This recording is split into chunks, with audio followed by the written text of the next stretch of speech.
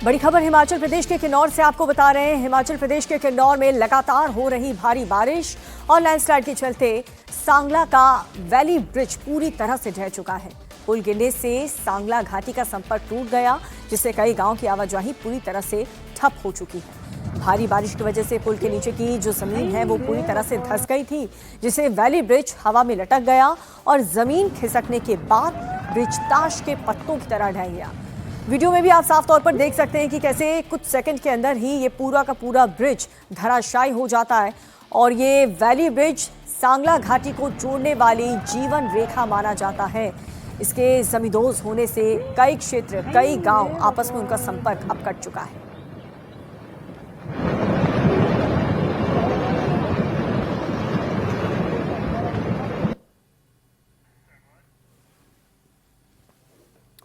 और अगली खबर उत्तराखंड के रुद्रप्रयाग से है, जहां बद्रीनाथ हाईवे पर भयंकर लैंडस्लाइड हुआ है।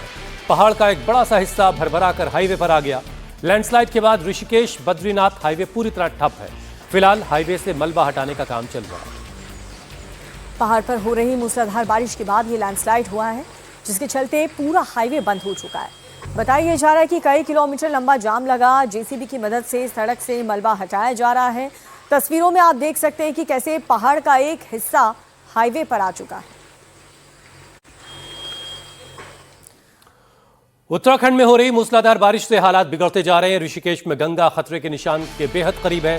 त्रिवेणी घाट पूरी तरह से पानी में डूबा है। प्रशासन ने लोगों से घाट से दूर रहने की अपील की है। पहाड़ी इलाकों में लगातार बारिश और टिहरी बांध से पानी छोड़े जाने की वजह से ऋषिकेश में गंगा नदी का जलस्तर तेजी से बढ़ रहा है। गंगा नदी का जलस्तर 339.65 मीटर तक पहुंच चुका है, जो चेतावनी स्तर को पार कर चुका है और इसके खतरे के निशान 340.50 मीटर के काफी करीब पहुंचने की अब खबर है। तो ऋषिकेश में गंगा उफान पर है और बहुत जल्द वो खतरे के निशान को पार कर जाएगी। तो उत्तराखंड के अलग अलग जो जिले हैं वहां पर ऐसे ही हालात हैं। बाढ़ बारिश से हालात बेहाल हो चुके हैं। लैंडस्लाइड ने लोगों की मुश्किलें बढ़ा रखी हैं। लगातार लोगों को बचाने के लिए रेस्क्यू ऑपरेशन भी चलाया जा रहा है। हरिद्वार में एक युवक नहर में फंस गया। तस्वीर आपको दिखा रहे हैं। कड़ी मशक्कत के बाद उसे बाहर निकाला। बताया जा रहा है कि युवक पानी के तेज बहाव के बीच फंस गया था और काफी मशक्कत के बाद उसे बाहर निकाल लिया गया।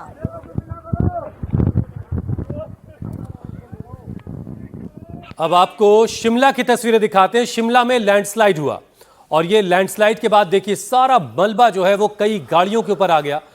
कई कारें जो हैं वो मलबे के नीचे फंसी हुई हैं और इस तरह का मंजर इस वक्त पहाड़ी राज्यों में बहुत आम हो जाता है। इस तरह के मौसम में जब बारिश जो है वो कहर ढा रही होती है। इस वक्त मूसलाधार बारिश हिमाचल प्रदेश, उत्तराखंड में खूब हो रही है और इसकी वजह से जगह जगह से लैंडस्लाइड की खबरें आ रही हैं। यहाँ भी पहाड़ का एक अच्छा खासा हिस्सा वहाँ पर खड़ी कारों पर आ गिरा और कई कारों को इससे नुकसान हुआ। ये एक रास्ता है, इस रास्ते से गुजर रही गाड़ियां इसकी चपेट में आई हैं और उसके बाद देखिए कई गाड़ियां फिर आगे पीछे हर तरफ फंसी हुई हैं। रास्ता ब्लॉक है, मतलब ये कि जब तक ये रास्ता नहीं खुलेगा ये तमाम लोग यहीं फंसे रहेंगे।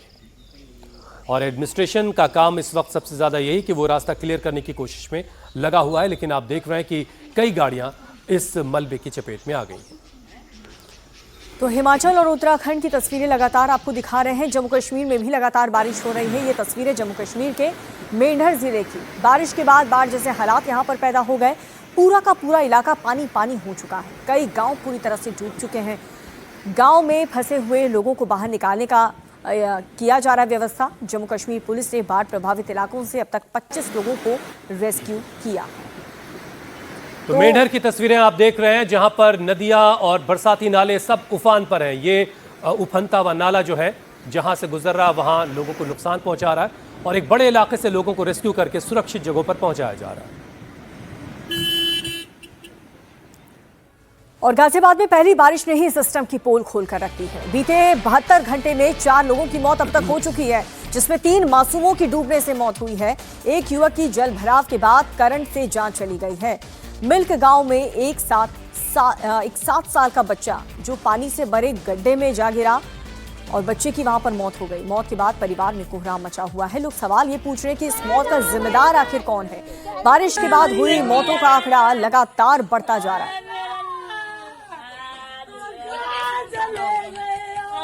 पहली बारिश में 4 लोगों की मौत तो हो चुकी है, पूरा मानसून अभी बचा है। ऐसे में क्या स्थिति होगी, क्या व्यवस्था यहाँ पर प्रशासन द्वारा की जा रही है कि दोबारा ऐसी घटना न घटे? 7 साल का बच्चा पोलू, उसका शव पानी से भरे हुए एक गड्ढे में तैरता मिला। 2 दिन पहले बारिश के पानी में डूबकर 3 साल की एक बच्ची पल्लवी की मौत हो गई थी। बच्ची जैसे ही घर से निकली तो फिसलकर नाली में गिर गई। 9 साल का शाद घर के बाहर खाली प्लॉट में जो पानी भर गया था वहां डूब गया, उससे उसकी मौत हो गई। उधर इंदिरापुरम में पार्क के पास जलभराव में करंट लगने से एक युवक की मौत हो गई। सड़क पार कर पार्क के पास से गुजर रहा था वो, जैसे ही वो पानी के संपर्क में आया उसे जोरदार करंट लगा और उसने मौके पर ही दम तोड़ दिया था।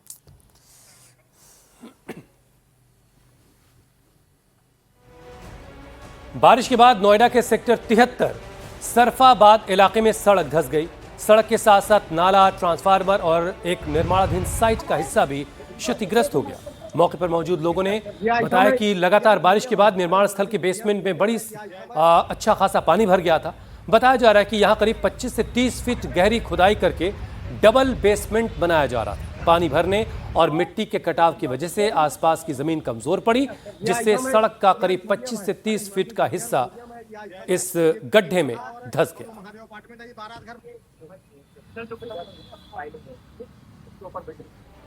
अब रीलबाज का जुनून कुछ भी करवा सकता है। मौत को दावत देना भी कोई मामूली बात नजर नहीं आती। अब इस वक्त की बड़ी खबर इसी से जुड़ी हुई हरिद्वार से आ रही है, जहां पर स्टंट के दौरान थार गाड़ी गंगा में डूब गई। बुलडोजर की मदद से पुलिस ने थार को गंगा की लहरों से बाहर निकाला। स्थानीय लोगों ने भी रेस्क्यू में काफी मदद की। पुलिस ने थार को जब्त कर लिया है। तेज बारिश के दौरान दोनों युवक थार से स्टंट करते हुए नजर आ रहे थे और इसी दौरान बैरागी कैंप की नील धारा में थार फंस गई और दोनों युवक मदद की गुहार लगाने लगे। वहां पर भीड़ इकट्ठा हुई, फिर लोगों ने पुलिस को फोन किया, बुलडोजर मंगवाई।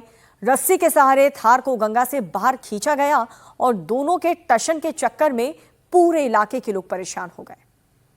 पुलिस अब आगे की कार्रवाई में लगी है। हालांकि दोनों युवकों को फटकार लगाई गई, लेकिन गाड़ी को सीज कर सख्त कार्रवाई की तैयारी है। थार गाड़ी है, वो कल ठोकर नंबर 10 के पास स्थानीय युवक हैं वो गाड़ी को गंगा नदी में ले जा रहे होंगे, तो गाड़ी फिर पानी का जल स्तर बढ़ गया और वो फंस गए। तो फिर बड़ी मुश्किल से उनको बाहर निकाला, क्योंकि वो स्टंट कर रहे होंगे कि नदी के पार तक हम गाड़ी को ले जाएंगे। तो उस संबंध में गाड़ी को जो है सीज कर दिया गया है।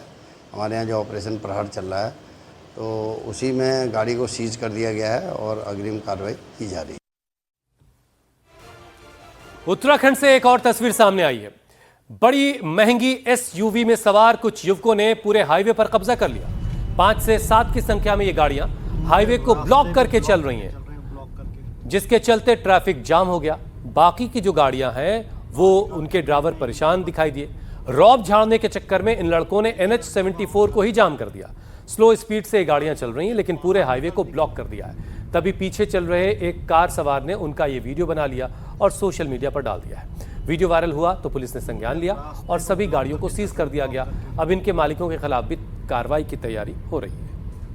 आजकल के नए यूट्यूबर ब्लैक स्कॉर्पियो और थार वाहनों से कुछ युवकों के द्वारा यातायात को अनुचित रूप से बाधित करते हुए मूवमेंट किया जा रहा है, जो एक अनुचित प्रवृत्ति का द्योतक है। और इसमें संबंधित को निर्देशित किया गया है कि इन वाहनों की पहचान करें और इसमें सवार युवकों की पहचान करें और उनके विरुद्ध अग्रिम विधिक कार्रवाई अमल में लाएं, ताकि ऐसी प्रवृत्तियों पर प्रभावी अंकुश लग सके। साथ ही उन वाहन के स्वामियों और उनके अभिभावकों को भी इस संबंध में बुलाकर प्रॉपरली उनको सेंसिटाइज और ब्रीफिंग की जाए। तो आप ये देखिए, पूरी सड़क जो है एक तरीके से ब्लॉक है। मानो सारे दोस्त जैसे सड़क पर एक साथ कंधे से कंधा मिला के चल रहे होते हैं, वैसे ये गाड़ियां चल रही हैं और धीमी रफ्तार में चूंकि चल रही हैं, इसलिए पीछे वाली गाड़ियां चल नहीं पा रही हैं और पूरा हाईवे एक तरीके से ब्लॉक है। अब जाहिर है पीछे जो गाड़ी चल रही थी उसमें से किसी एक गाड़ी वाले ने ये वीडियो बना लिया और सोशल मीडिया तक पहुंचा दिया और वहां से ये पुलिस के संज्ञान में आया है। तो अब इन थार वालों और बड़ी बड़ी गाड़ियों वालों की खैर नहीं है। और अब खबर यूपी के कानपुर से आ रही है। कानपुर के सिविल लाइंस में वकील और पुलिसकर्मी के बीच जमकर मारपीट हो गई है। दोनों के बीच सड़क पर जमकर लात घूंसे चले हैं। वीडियो में आप देख सकते हैं मौके पर मारपीट करने वाले पुलिसकर्मी के अलावा कुछ अन्य पुलिसकर्मी भी नजर आ रहे हैं। सभी मूकदर्शक बने रहे। वीडियो वायरल होने के बाद कांस्टेबल को सस्पेंड कर दिया गया। बताया जा रहा है कि कांस्टेबल नशे में धुत था।